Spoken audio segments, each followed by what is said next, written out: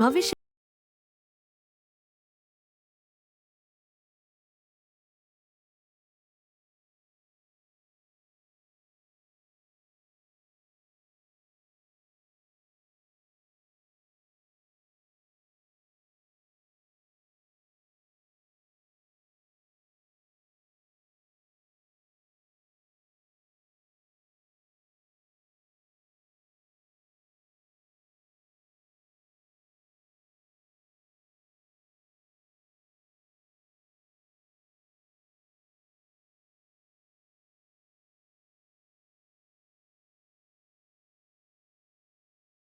యుద్ధాలు సంభవిస్తాయి.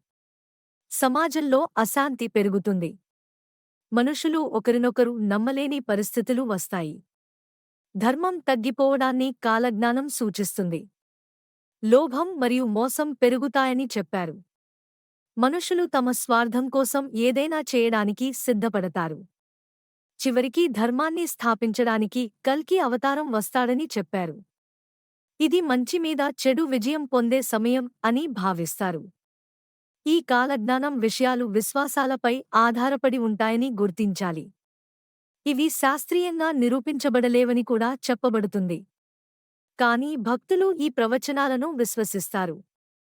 బ్రహ్మంగారి కాలజ్ఞానం మనకు భయం కలిగించడానికి కాదు.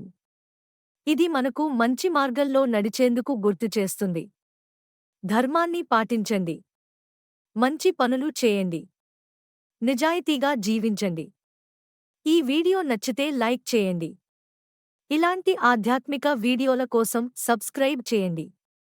మీ అభిప్రాయం కామెంట్స్లో చెప్పండి.